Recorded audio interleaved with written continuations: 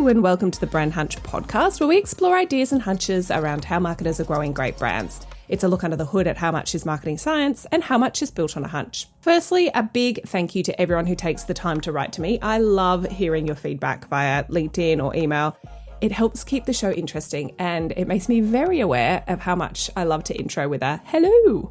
Today, my guest is Nick Parmar. He's currently Vice President of Brand Marketing and Brand Management at Accor across the Middle East, Asia and the Pacific. What a long title. Before moving to Australia, he was Senior Global Brand Director at W Hotels in New York City and at Starwood for a combined 7 years.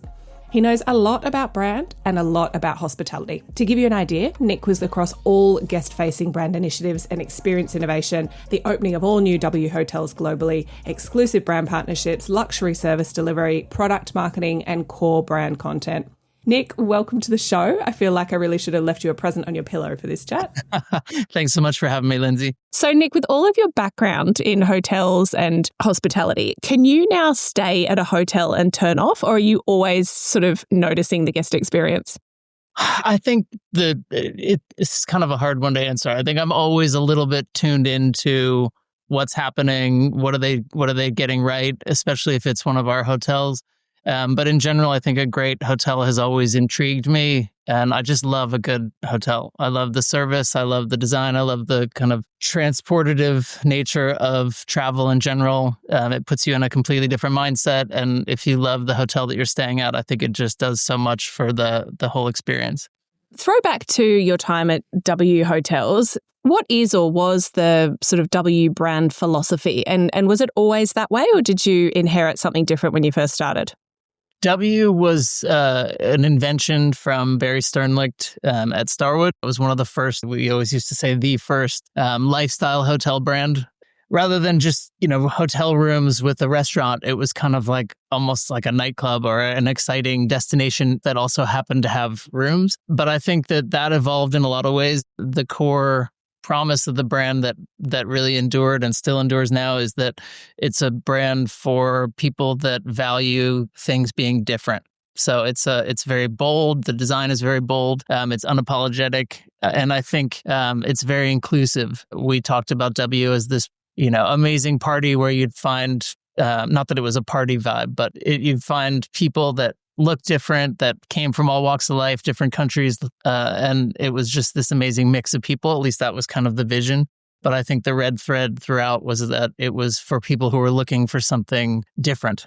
And I think that always resonated with me as well, because it became kind of part of the mantra that we were focused on, was creating something that wasn't just the same old hotel stay. It was something that didn't necessarily have a direct ROI, but it would be something that was different, something that was memorable, something that was cool, that would enhance the experience and makes people feel like they were turned on to something new.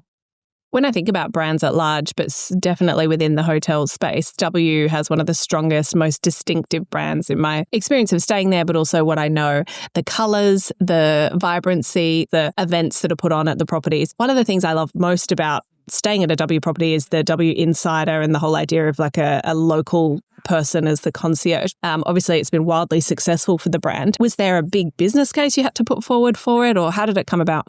The idea was that there's an insider who has relationships in the city and isn't just the guy that can get you a reservation at a great restaurant. That's kind of a concierge type of role. It was more like a woman who was really keen to explore some of the underground things that a city had to offer. What's a retailer or a fashion designer who's doing something interesting, a club that has really interesting musical acts, whatever it was a way to get the behind the scenes view of a destination. And sometimes they would give you something that you didn't know you wanted, something that's surprising and exciting, but based on knowing what they knew about you. So if you were in Bangkok or you were in Barcelona, it's like the hotel would know what are the types of experiences you want, what kind of music do you listen to, what kind of food do you like. And I think that created a very unique advantage, because when it was executed well, it was an exciting offering. What kind of infrastructure was put around the W brand from a leadership or brand values? Or I guess my question is, what kind of elements of the DNA were required for it to thrive on a global scale? What was your remit when you were looking umbrella-wise across all the W locations across the world? We spent a lot of time focusing on how to create the right mindset, how to attract the right talent to work at the hotels, the right leadership teams, in order to make that experience real. And it was essentially a profile for a GM that we looked for that had a mix of obviously business acumen, because some of these are huge hotels with meetings and events and commercial partnerships, but they also needed to have a very strong understanding of the value of creativity. And I think that balance is really hard to come by, because typically people with good business sense, their first instinct isn't to do things that others might see as frivolous. Whereas I think the profile that we were looking for was more aware of the commercial value of creativity. It isn't just a frivolous, nice to have. It's actually spending time and energy and money on things that will be exciting and different. And I think that trickled through to the teams at the hotels as well. So I feel like a big part of our team's job was to fan the flame of the culture at the hotels. That was one of the most fun parts of the job, because we used to talk about putting the cult in culture, because it really was sort of a cult-like mindset. I don't think can really be made so much as it just exists and you can nurture it. But I think that to make it real, to give them permission to break some rules, to attract those leadership roles that actually encourage that type of mindset, that's what made it a fun place to work. That's what has driven a lot of the success for the brand, I think. It's had a huge LGBTQ following in terms of the people working in the hotels. It's a very inclusive and fun energy. And I feel like from a top-down leadership standpoint, that was baked into the whole value proposition of the brand. It also taught me a lot about the value that a strong brand can have on the culture, but also how much the culture can contribute to business value itself. Because that retention that you're able to get when people love what they do, they believe in what they do, they're working hard, but they actually are there because they want to be. That's a big differentiator for a brand to have, and also a difficult one, because you can't really fake it. It has to be something that is felt tangibly by people who work at the company. Absolutely. How did you think about global consistency for the W brand and part of Starwood, needing to have checks and balances? How did you balance that with local relevance and maybe the input and feedback of local teams on what will work for a local property?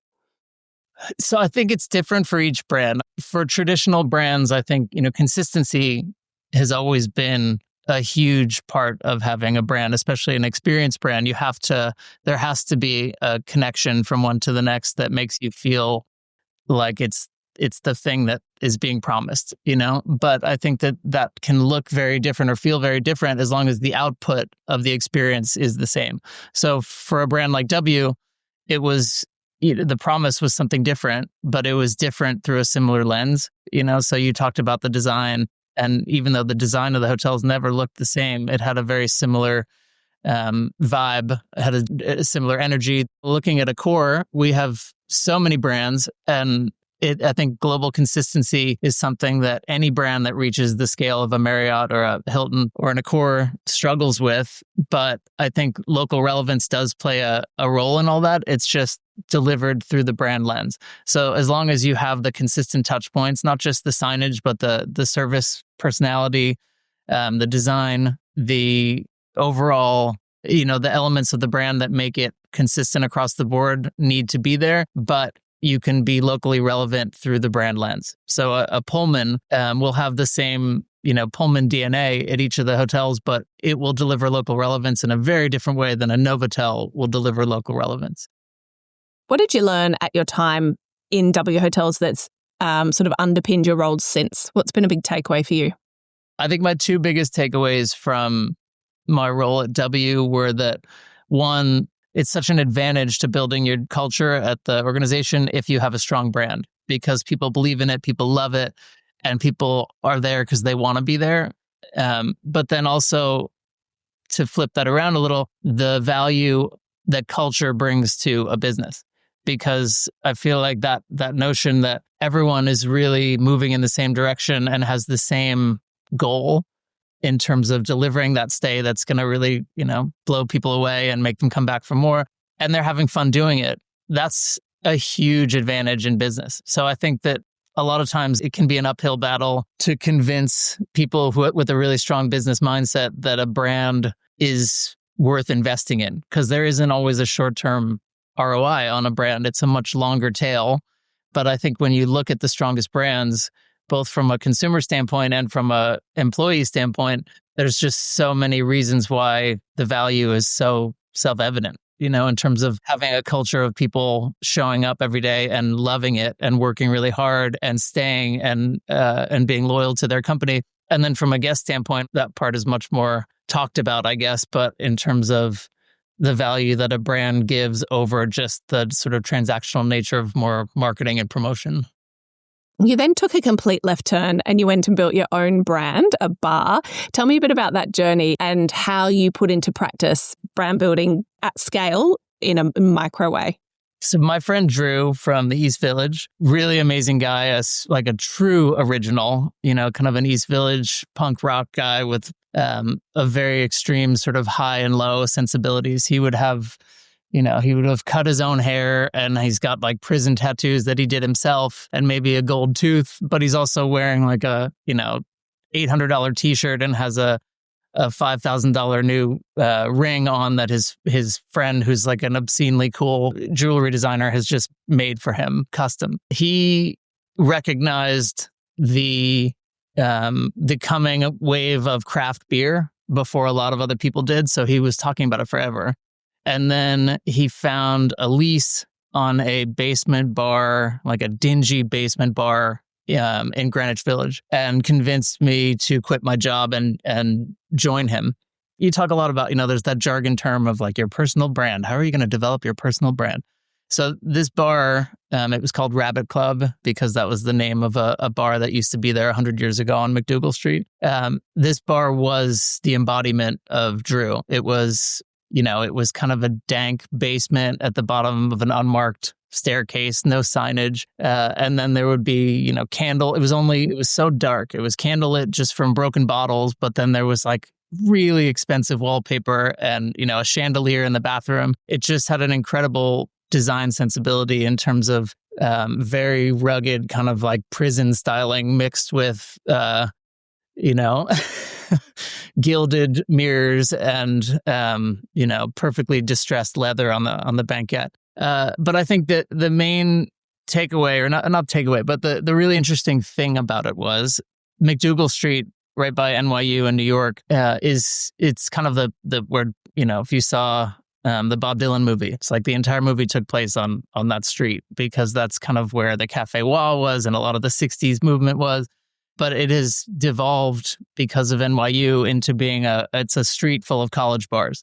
So every window has a neon sign and they have a special going where it's $5 for a shot and a beer. And it's basically just gross college kids spending money on their parents' credit cards. And then we opened a bar with no sign, down some unmarked steps so that a lot of people didn't even know it was there, even though they were on that street every day. And then we would charge, rather than $5 for a shot and a beer, it was $15 cash only for some obscure European beer that you'd never heard of. And people loved it.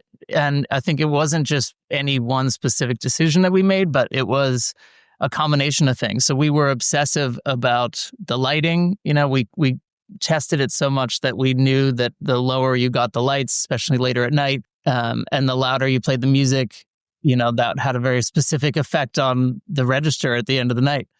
And I think we learned so much as well in terms of consistency. And, it really was a very microcosm way. It was very much a brand.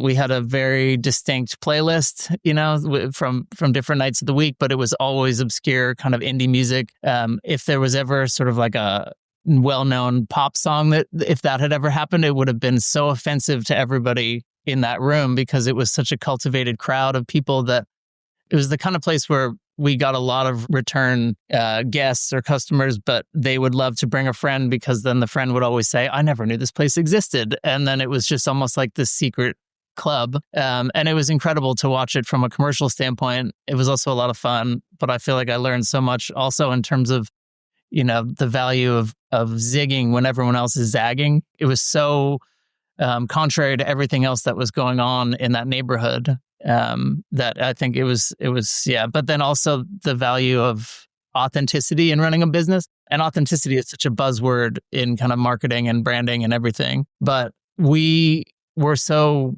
serious about cultivating the right clientele and the right vibe in there. It was a tiny bar, it was 60 seats. But when we were behind the bar, you could sense when someone was not behaving well. If someone was, drunk or being rude to women or being a little too forward, we would essentially give them a warning. And then when they were clearly not enhancing the experience for everyone else, we would hit pause on the iPod because this was 2007. So it was an iPod, like third generation. Hit pause on the music. And then everyone, of course, turns around. And then we would tell them to leave, never come back, and tell your friends to never come here.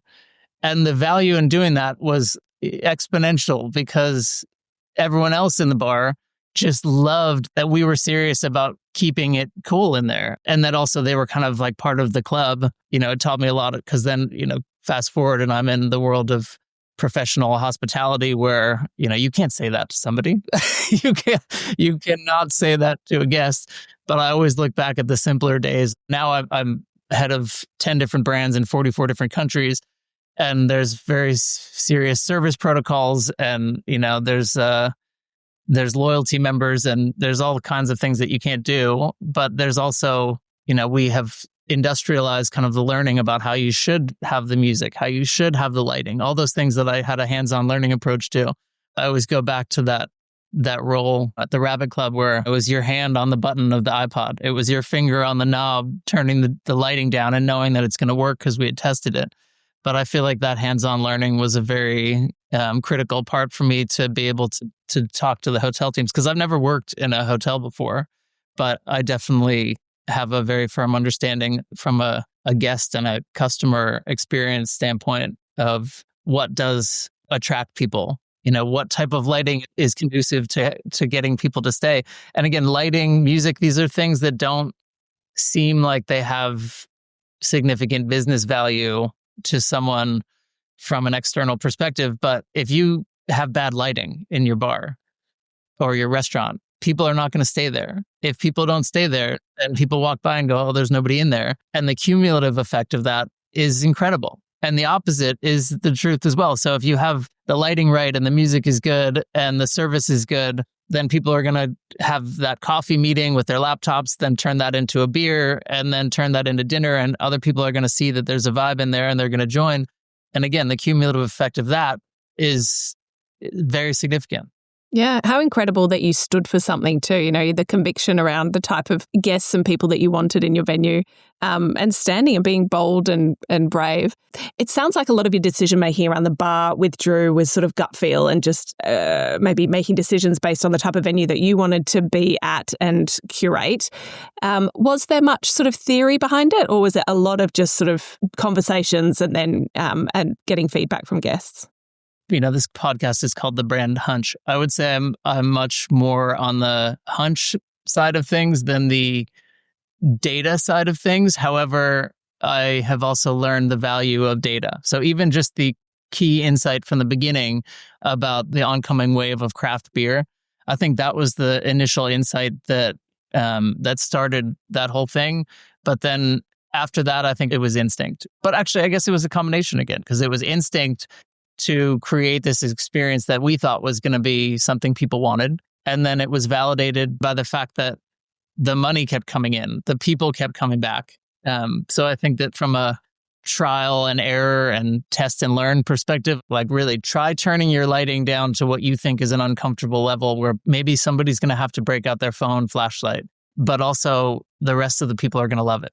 You can't disrupt the experience because one person says they can't read the menu. Like, it's okay to take out your flashlight and read the menu sometimes.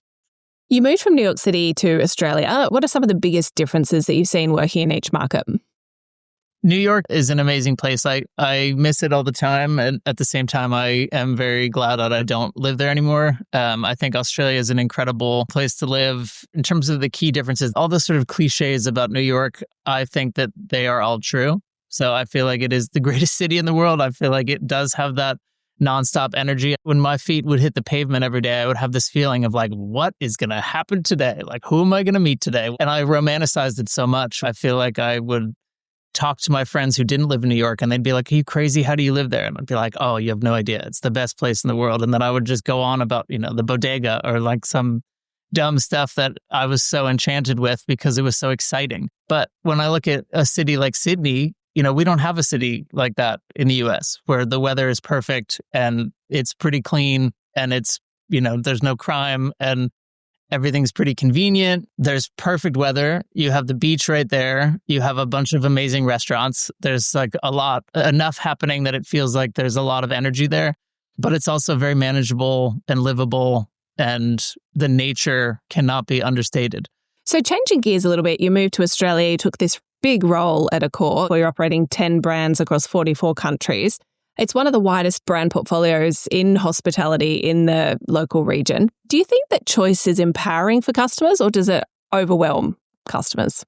I think choice is definitely empowering for customers. I mean, typically the way business works is that choice puts power in the hand of the consumer and takes it away from the business, right? But I think in this case, it's demanding that industries kind of level up and deliver because there's faster changing expectations than ever before. Trends sweep around the globe so fast. I think it's definitely a benefit for consumers and it makes it difficult for hotel companies and other experience brands. Does the rise of brands like Airbnb impact staying at hotels? Have there been any positives, any upsides to that? I love Airbnb. I use Airbnb. I host an Airbnb. And it does give you that intimate connection with people for better and for worse. But it's also underscored the value and the kind of luxury in a hotel stay where you don't have to take out your own trash and strip the bed. And there is someone there 24 hours who can help you with whatever you need. So in my mind, I think that there's always going to be the value of a great hotel. But I also think that Airbnb does give you access to lots of things that a hotel can't do. It just depends on what type of trip you're taking. That's so true. A few times when I've had late flights and young kids and the thought of trying to find and check into an Airbnb, I can definitely see different use cases depending on the requirements. You're responsible for brand management. Tell me, what does this entail? So it's a 360 approach to brands, essentially. So anything that relates to the brand experience, my team is helping the hotels deliver on that. So everything from the design to the food and beverage to the uniforms to the sonic identity, visual identity, all those brand cues, that's what we do. That's how we think of brand management. And then, of course, things like brand compliance, where we have the auditing of the hotels, all those elements that ensure that there's consistency, but that also hotels have the tools they need to do what they need to do on behalf of each of the brands. And then the brand marketing side of things. So all the storytelling, the content creation, the paid media, all the ways that we ensure that these brands are visible and resonate with the right guests and the right customers and reaching new audiences for these brands across all those countries.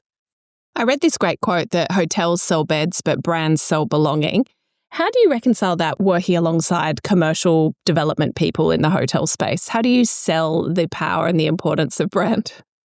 Yeah, I think there's kind of an age-old healthy friction between brand and development. The role of development in the hotel industry is obviously to grow. And then from the brand side of things, we're trying to ensure quality and consistency across the brands and make sure that the hotels that are coming into the network deliver on what the brand promises. And I think that when done right, then we can inspire the developers of the new hotels to absolutely buy into what we're trying to do and then deliver out in a way that brings the brand further into the future where we're going with the direction of the brand. Yeah, I think the interesting juxtaposition is that true brand building takes time. It takes consistency. It takes choosing and saying no to things over others in pursuit of consistency and excellence and standing for something, back to your earlier point, running your own bar and standing for something away from something else. And I guess that can often be at odds with commercial outcomes and short-termism generally outside of hotel sector. Just broadly, brand building takes time, and it's, building future demand and investing in customers of the future that are not yet, current customers. And that takes a lot of trust and it takes time and it takes consistency, and I guess that doing the small things well day after day and year after year. Absolutely. And also the flip side is that, and this resonates with the development team so well, but if someone falls in love with your brand, then they will spend more money with you, more time with you. They'll be more forgiving of your mistakes, your flaws, and they do your marketing for you in a way that's way more meaningful and powerful than you can do yourself in terms of being a genuine advocate for the brand, not just for the hotel, but for the brand itself. But that's where you have to get that consistency, because if you have, a bunch of the hotels who are really delivering on the promise and then, an equal number or a handful that are not, then that makes it that much harder to create that level of love. Hospitality, tourism and travel companies are known for their strong loyalty programs. Does that fall in your remit, or do you think about loyalty programs as a lever for brand building? So loyalty does not fall directly in my remit, but we are on the same team essentially, and we work hand in hand on absolutely everything.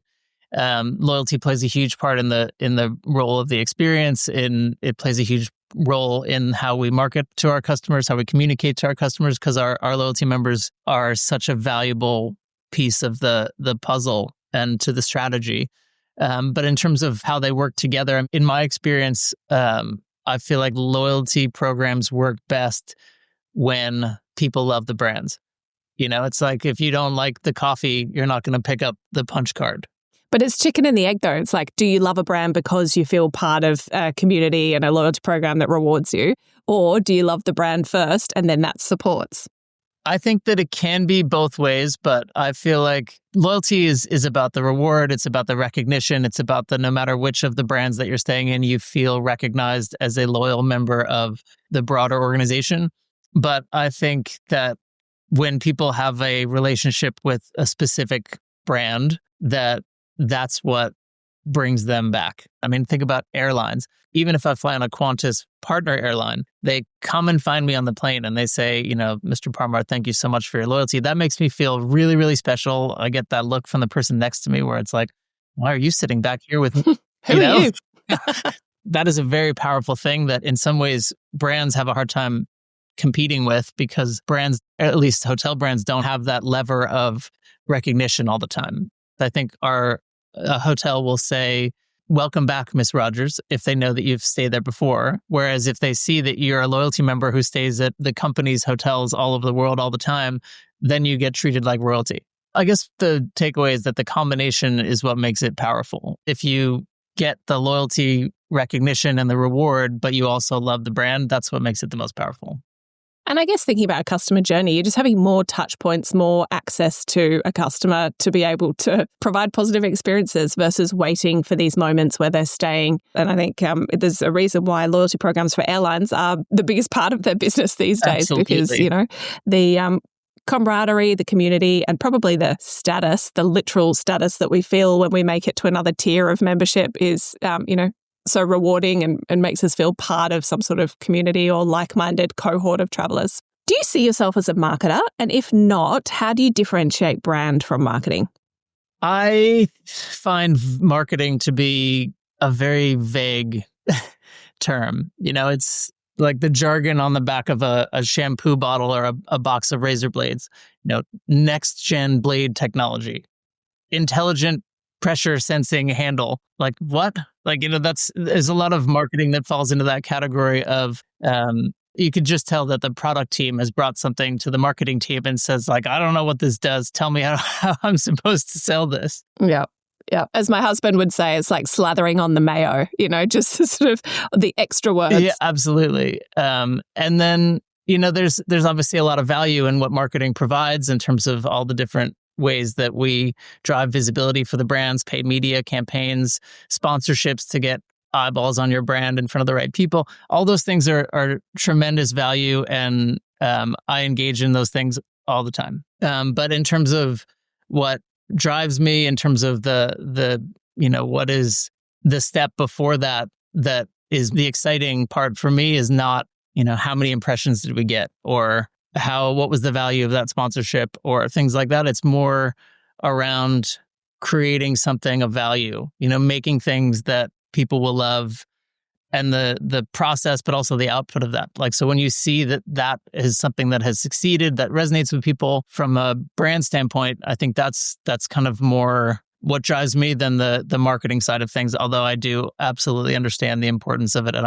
I'm mostly joking with the next gen blade technology stuff. I know, but I do have a chuckle when I love picking up like those packaging and seeing all those fancy words.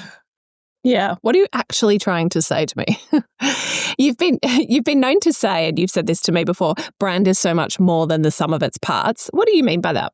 Yeah, I think that speaks to some of those intangibles, so it's you might not even know when you leave a hotel. You might be able to say, oh, the breakfast was incredible, the staff was so nice, so you can pinpoint a lot of what it was about the experience that you loved. But if a brand resonates with you on a deeper level, there's so much more to it. Like a brand is such a shorthand way of so many things that are important. It's a promise, but it's an emotional thing, So when you see a list of brand names, your brain, before you even have a chance to think about it, will pick out the one that you actually are drawn to. There isn't one specific formula for that. What I mean by the sum of its parts is that you can say the right thing and do the right thing and follow through on it, and it won't resonate in a way. Whereas if you put it together in a way that it just is audience focused, in a way that you have connected with a consumer in a way that, they will come back for more every time, it's very difficult to replicate as well. It's a brand that's made for people like me, that feeling of sort of they just get me and they understand me. And so on that note, you're a believer in making things that people want as a core driver for brand experiences. How do you know what people want? So I think that goes back a little bit to the data. That's where the consumer insights really do play a role, because there's some absolutely undeniable trends that take sustainability, for example. I remember, maybe 10 years ago when it was seen as very sort of gauche, or a bridge too far to consider that a luxury hotel brand would have a bulk bathroom amenity. So like the big bottle of shampoo that the previous guest used, that was seen as like, that will never happen. That, that is a very non-luxurious experience. Whereas nowadays, I think it would be seen as so grossly irresponsible if a luxury hotel brand had tiny disposable bottles of shampoo and conditioner. So I feel like there's a lot of times when a hunch, or thinking what guests want, you have to really actually recognize that things are changing all the time. That's fascinating. Yeah, the consumer preferences are changing faster than ever before as well. Yeah, I've never stopped to think about it, but you're absolutely true. The last time I used tiny bottles of anything was in a, very average run-of-the-mill hotel experience where it was absolutely not luxury or premium. And you'd sort of, I guess, staying at a luxury hotel, you would expect that they're taking things into consideration around sustainability and the life cycle. I even have noticed little cards saying, if you want a new towel. Years ago, it might have been like, of course you want a new towel as a luxury stay, paying a lot per night. And now I guess you've got the mindset of what that costs the environment to wash the towel unnecessarily. That's always been a very fine line in the hotel industry, because it obviously saves a lot of water. It saves a lot of power. It does a lot of good to not refresh the things like the towels every day. But there's also a perception of, is this hotel just cost cutting in the name of the environment? And the answer is that it's not cost cutting, but it is sort of a win-win. Like, it's definitely a lighter burden on the environment if you do less of the linens. But if someone is demanding fresh sheets every day, then that's what you deliver. You can't be super restrictive and say, no, we don't do that, unless that's your thing, like Patagonia. Patagonia is so uncompromising with their approach to sustainability that it's almost, I don't get the sense that they're doing it in a reactive way in terms of this is what guests want or customers want. I think that they're doing it in a way that is absolutely, it's very belief driven. And that whole company. A strong conviction. Super strong conviction. And it's across so many different touch points of what they do. You know, they guarantee their products forever. You can get things repaired on site. They had that amazing campaign a while back that was, don't buy this jacket, you know, essentially telling people that they should buy things secondhand rather than a new jacket, which was obviously a very bold statement. And again, back to that notion of marketing, you know, business sense, that also made them sell a lot of jackets. Yeah, the irony in a positive way, you know. But they do so much for the environment that maybe you could say, that, you know, that was also a good thing. Now they're a complete public benefit company. So all the proceeds, all the profits from Patagonia go back to conservation organizations. So yeah, conviction.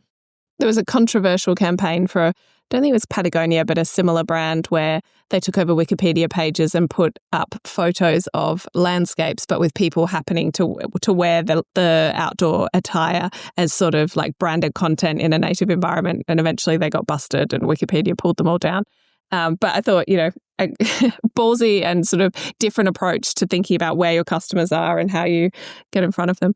If you had to completely redesign the hotel experience for 2030 from scratch, what would you keep, kill, or create? There's a few irreplaceable components of a hotel stay in my mind, and they're the exact things that you think they're going to be. The comfort of the bed is so important. The service that is warm and responsive, that can't be replaced by AI or robots. But the thing that people have talked about in hospitality ever since probably the very first hotel is personalization. And I feel like that is something that has yet to be seen again at scale. If you think about an independent hotel where you stay there often, or even if you've never stayed there before, they send you a pre-stay email. It's a very streamlined one-to-one individual approach. Whereas I think in all the ways that big companies have been able to harness data in order to personalize the experience, you know, Netflix knows what you want to watch. I think that the hotel industry is very behind in technology in a lot of ways. I've worked now for 3 big global hotel companies, and it's a lot of old legacy systems trying to talk to each other in the background. There's multiple challenges or barriers to actually deliver on personalization, but you would also think that with all the new technology that is available with AI, with all the different ways that we can try to anticipate what people want, I feel like that's kind of the way things will have to go. And I think it'll happen. But even at the moment, it's very, very rudimentary in terms of, we know Lindsay is coming because someone wrote down in her profile that she likes orange juice. We're going to have that in the fridge.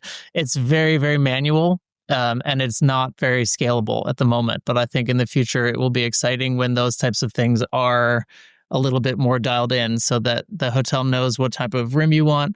The type of food and beverage options that are waiting for you are in line with what you actually will want versus what was in your profile. And I think it's getting better, but it's still probably further behind than a lot of other industries. Outside of category, where do you look for inspiration? How do you get inspired and creative? I think in New York, it was probably a lot more in your face, and you would just sort of come upon a conversation with someone, or you would just see a trend happening. Whereas now there's a lot more noise. There's just more of everything. But I think now I'm always fascinated by what other big brands are doing from a brand strategy standpoint, from a marketing standpoint, from a design standpoint.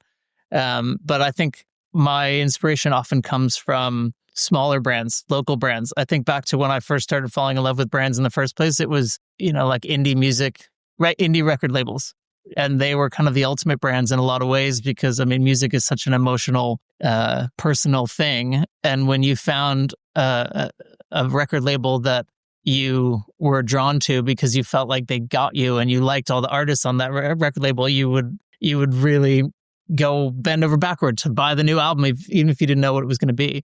My instinct is typically just to learn about the brands that resonate with me for whatever reason, probably a lot like other people. So there's a lot of Australian brands that I think have been very interesting to watch. Even before moving to Australia, I was very drawn to brands like Aesop. And then the more I learned about it, the more I realized that it's not an accident. Like everything that brand does was always so considered and controlled. But I think the way that they do their packaging, to the way they do the in-store experience, which is all localized with the design narrative, to the way they train their people, I feel like I get more inspired these days as a consumer than I do as someone who looks after brands. Almost like a student, kind of learning what the brands are doing. Yeah, I think Aesop does a great job of sort of, it's a lifestyle and it's a way of living that you're sort of buying into. I mean, people use the bottle. I have absolutely been guilty of running out of product and refilling the bottle with, a subpar product, a supermarket product, because of the aesthetic on a shelf, or, even just the scents that are so unlike other products out there on the market. You go into store and the trialing and testing and sort of buying into this almost like Japanese, almost very simple kind of ethos, honest ingredients, very sort of open displays. I think they do an incredible job of standing for a lot of stuff at the cost of a lot of other, decisions, and turning down. I'm sure they turn down more brand partnerships than most other brands just to retain their quality. So L'Oreal acquired them in, I think, 2023, and it was a $2.5 billion acquisition. It was their biggest acquisition ever. So I feel like that's impressive for a little company from Melbourne. Absolutely. I should hit them up for the podcast. I think it's an incredible Australian growth story, and it'll be interesting to understand the changes or the challenges that they've come across now being part of a behemoth, still trying to retain their Australianness and what makes them unique. The other thing that I really appreciate about a brand like Aesop is the in-store experience from a service perspective, because I feel like the service you get in those shops is so similar every time, which is very difficult to do. But they always have that very calming presence, the way they look, but also the way they act with that more consultative approach. There's nothing pushy about them. They're just very helpful and knowledgeable. L'Oreal was not buying a product for $2.5 billion. They were buying a brand. And when you look at Apple, it's like their product line is a mess. It's totally uninspiring. It's dull. It's commoditized. There's no status related to it anymore. I mean, the line level hotel employee has the same new iPhone as, the wealthiest guest in the penthouse suite. It's completely based on the value that people ascribe to that brand. I feel like they've been able to create this mass product and sell it for luxury margins because of the power of that brand. Yeah, absolutely. I remember I've walked into an Aesop store before and they've been out of a product, and I'm sort of happy about it because it means I've got to come back and have a great in-store experience again the next time, which I think tells you a lot about the service and the way in which, products are curated and the in-store experience itself. Last question from me. What excites you about the future of brand building? I think it's probably a personal one for me, because I think that I've spent so much of my career building brands. I think what excites me when I look to the future is at some point building a brand of my own, most likely in the travel or hospitality industry. I would love to build something from the ground up and try to scale it. I mean, it seems very difficult, but I think that's probably the most exciting thing I can think of in terms of the future of brand building is my own brand. Sign me up. Where do I invest? Send me the memorandum. I'll send you my bank details. Hey, it's been incredible chatting with you. Thank you so much for sharing all your knowledge, wisdom, how much you lean into having a hunch. It's definitely served you well, and excited to see the brand that you go on to create in the future. Thanks, Lindsay. My biggest takeaway from the chat with Nick was the idea that the best brands are more than the sum of their parts. And yes, there's a whole lot of functional things you can and should do as a brand builder, as a marketer, to create a great brand experience. But it's the emotionally led and emotionally powered brands that win. It's those that feel like they've been made and curated just for you.